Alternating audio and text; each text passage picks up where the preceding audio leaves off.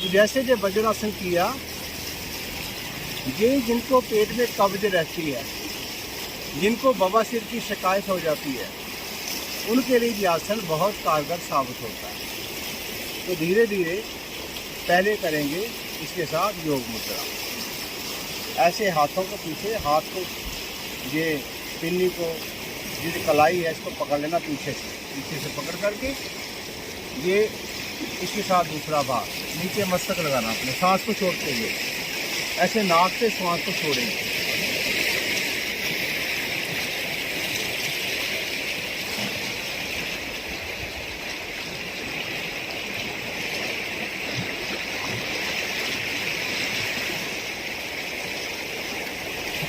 अब ऐसे ही दूसरा भाग, फिर धीरे धीरे मस्तक को जमीन पर लगाएंगे।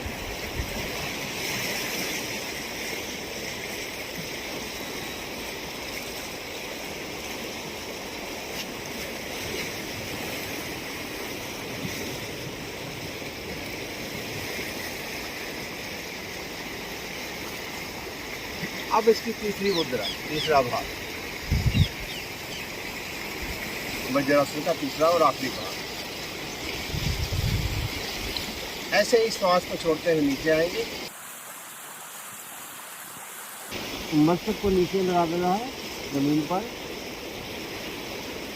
श्वास को छोड़ते हुए ऐसे फिर नीचे आएंगे। अब इसका जानते हैं श्रेष्ठ भाग, ऐसे योग मुद्रा बनाएंगे। योग मुद्रा बनाते हुए ऐसे हाथों को नीचे रख के छाती को बाहर निकालना है, पेट को अंदर करना है। ऐसे सीधे शरीर को पूरी तरह से अकड़ा करके बिल्कुल सीधा एकदम खींच करके शरीर को सीधा रखना है। नीचे से जो गुदा प्रदेश होता है, हमारा जो लैट्रिन वाला स्थान होता है, वहाँ से धीरे धीरे श्वास को ऊपर उठाना है, ऊपर को उठाना है। इससे क्या होता है, हमारा मूलाधार स्वादिष्ठान चक्कर सक्रिय हो जाता है। मूलाधार जो हमारा स्थान होता है, ये गुदा के बीच के हिस्से में होता है। वो स्वादिष्ठान चक्कर हो जाता है। लिंग और गुदा के बीच में जो एक स्थान बना होता है लाइन से, इस पर होता है। तो मूलाधार स्वादिष्ठान चक्कर जो होता है, इनको जगाने से आपकी ऊर्जा धीरे धीरे मणिपुर चक्कर जड़ के नाभि तक धीरे धीरे जाने लगती है। जब ये मूलाधार चक्कर और स्वादिष्ठान चक्कर का भेदन करते हुए धीरे धीरे ऊर्जा को हम ऊपर उठाते हैं, तो हमारी नाभि का चक्कर भेदन कर, मणिपुर चक्कर को भेदन करके ये फिर हमारे अनंत चक्कर तक भेदन को आए। ये सप्त चक्र की साधना ये वज्रासन में बैठकर यदि की जाए तो बहुत जल्दी से आपकी कुंडली का जागरण होता है, सप्त चक्रों का जागरण होता है। जब सप्त चक्र जाग जाते हैं आपके, पूरे चक्कर तो जल्दी से नहीं जागते, परंतु जब ये चक्कर मूलाधार और स्वादिष्ठान चक्कर सक्रिय होता है, ये मूल है, तब इसको मूलाधार चक्कर कहा है। तो ये जब ये दो चक्कर सक्रिय होते हैं तो हमारे शरीर की ऊर्जा ऊपर को उठती है। जो कुंडलिनी है, ये नीचे कुंडली मार करके एक सांप की तरह लपेट करके अपने आप को नीचे सारी ऊर्जा इकट्ठी करके मूलाधार चक्कर स्वादिष्ठान चक्कर में जाती है। जब इसको धीरे धीरे सांस की टक्कर देते हो, सांस को ऊपर से उठाते हो, तो ये फिर धीरे धीरे आपके चक्रों को जगा करके कुंडली एकदम से जैसे सोया हुआ सांप जैसे उठता है। जब सोया हुआ सांप उठता है, वो फूंक मारता है, फराटा लेता है। ऐसे ही जब कुंडलिनी वो उठती है, खुलती है, तो उसकी ऊर्जा ऊपर को आती है। तो आपका ध्यान, मेडिटेशन, निर्विकार स्थिति, सात्विक स्थिति, आपकी जो मनोस्थिति है बहुत प्रबल हो जाती है, मनोबल बहुत बढ़ जाता है, आपका भय मुक्त हो जाती है। आपको काम, क्रोध, मोह, अहंकार को मेंटेन करना जाता है, समाप्त कभी नहीं होता ये मेंटेन होता है।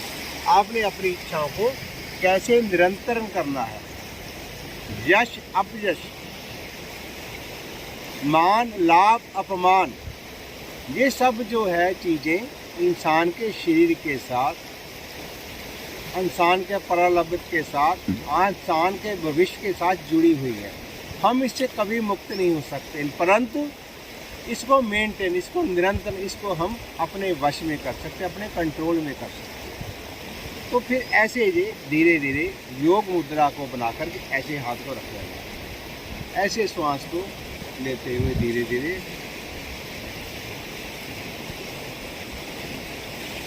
जैसे हम नाक से सांस लेते हैं ना, ऐसे जो गुदा है हमारी, जो लैट्रिन वाला सुराख है, जो वो स्थान है, वहाँ से श्वास को ऊपर खींचना, जैसे नाक से ऐसे खींचे, ऐसे ही नीचे से हमने जो है गुदा प्रदेश से श्वास को ऊपर लेके आना, खींचना, वहाँ से सांस लेना।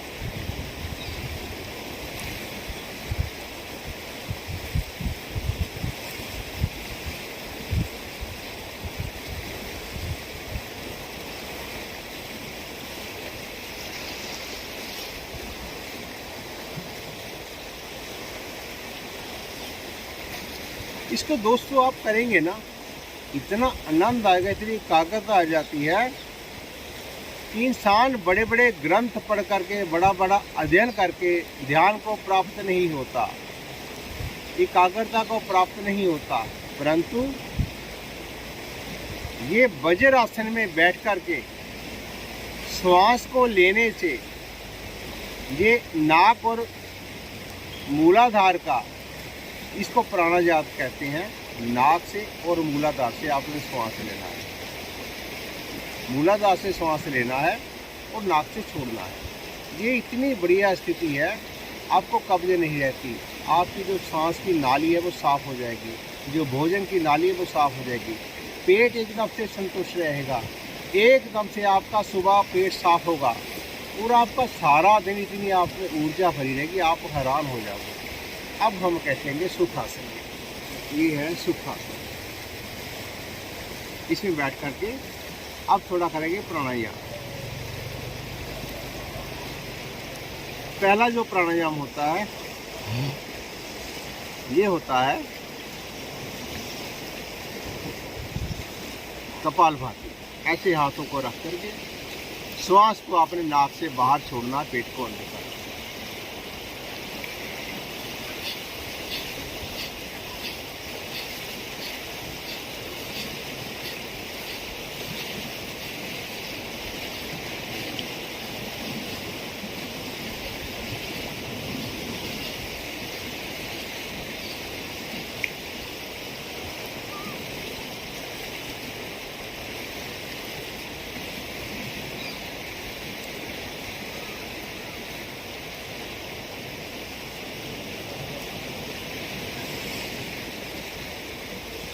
इस कपालभाति को करते हुए हम फिर धीरे धीरे वही स्थिति बनाएंगे जो मूलाधार से श्वास ऊपर को लेते हैं। जैसे हमने श्वास को बाहर छोड़ा, बाहर निकाला, तो जैसे बाहर निकाल करके आप श्वास को छोड़ेंगे और श्वास को अंदर से बंद कर देंगे, तो आपका मूलाधार अपने आप अंदर से सक्रिय होना शुरू, ऐसे सक्रिय होना शुरू हो जाएगा। फिर आप धीरे धीरे ध्यान करो, फिर फिर आप कपालभाति करो, फिर आप ऐसी स्थिति में, उसको बोलते कुंभक और मूल बंद, जलंधर बंद, यानी कि श्वास को अपने बाहर छोड़ करके बंद कर दिया, मूल को बंद कर दिया आपने, तो मूल अपने आप सक्रिय होना शुरू हो जाए। उसके बाद आते हैं अनुलोम विलोम प्राणायाम।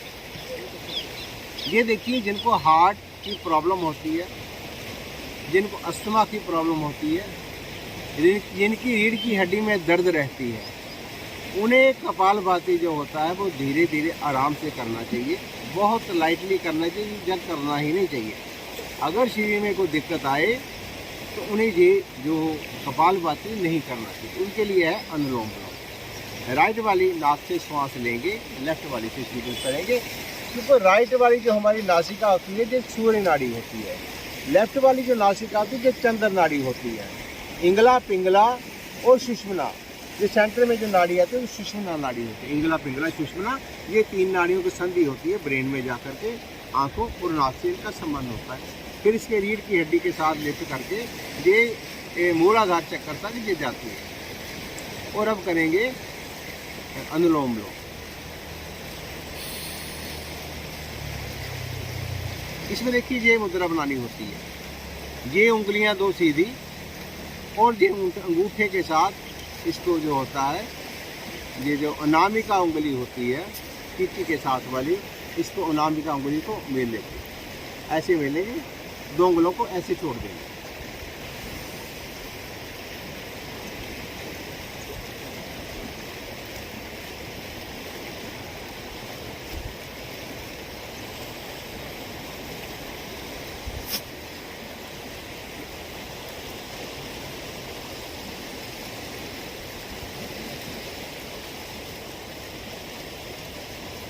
देखिए इसका एक खास विधान है। कई बार हम अनुलोम विलोम करते हैं तो जैसे श्वास अंदर को ले पेट को बाहर ले जाते हैं,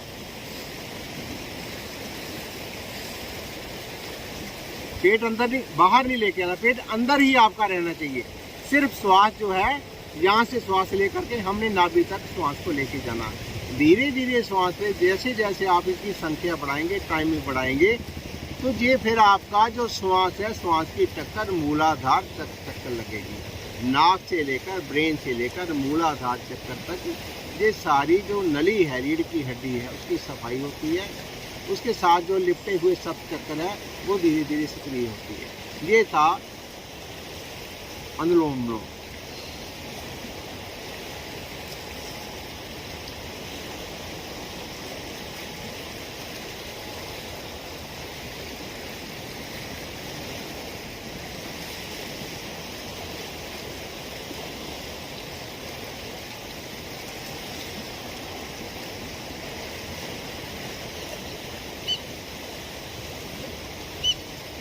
राइट वाली नासिका के साथ आरंभ करना है इसको, और राइट वाली नासिका के साथ इसको समाप्त करना है। क्योंकि सूर्य जो है ना, ब्रह्मांड में सूर्य का बहुत महत्व है। शरीर में अग्नि तत्व की उपस्थिति अति आवश्यक है। यदि हमारे शरीर में अग्नि तत्व घट जाता है तो इंसान का जीवन समाप्त हो जाता है। जल और अग्नि जो है ये पूरे तरीके से शरीर में संचालन होनी चाहिए। और उसके बाद गंगा जी का जो प्रवाह है, इसको नमस्कार करते हुए हरिद्वार में इस गीता कुटी के पावन तट पर, पावन घाट पर, ये देखिए ये कितना बढ़िया स्थान है। ये कितना बड़ा, इसके पीछे संतों की कुटिया है। उठ करके प्रमोद जी दिखाएं सारा घूम करके, दिखा दे घूम करके। ये सारा जो है ये उधर से भी दिखा दो सारा। तो पीछे का जो हरियाली है वो सामने लोग विचर रहे हैं। सुबह सुबह का जो संध्या का लोग स्नान करने के लिए आते हैं। तो ये है गीता कुटी का घाट। ये हर की पौड़ी से 3 किलोमीटर दूर है।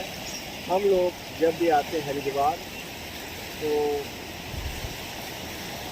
हर की पौड़ी पर स्नान करने के बाद हमारी साधना, ध्यान, संध्या, हवन, यज्ञ यहीं पर सारा कुछ होता है।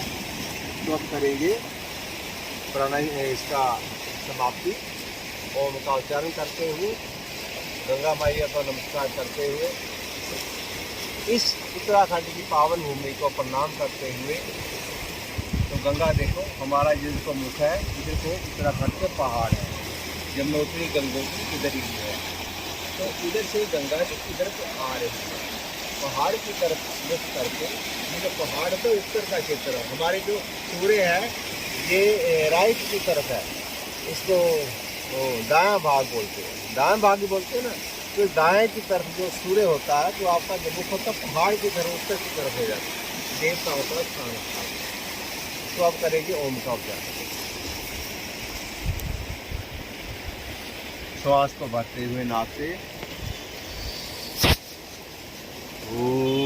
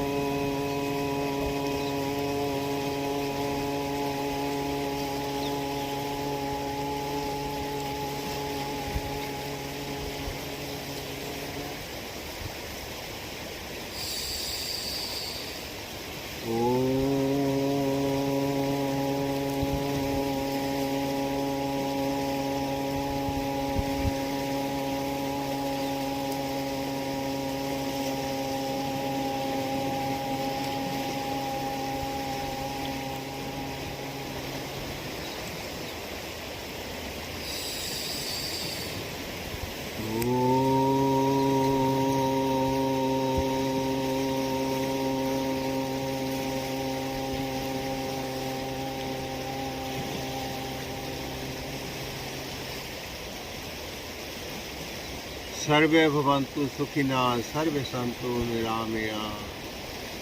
ये सारा संसार सुख से रहे, सारे संसार में शांति हो, सब जीव सब संसार की पवित्र आत्मा पसंद है। ओम शांति शांति। नमस्कार, प्रणाम।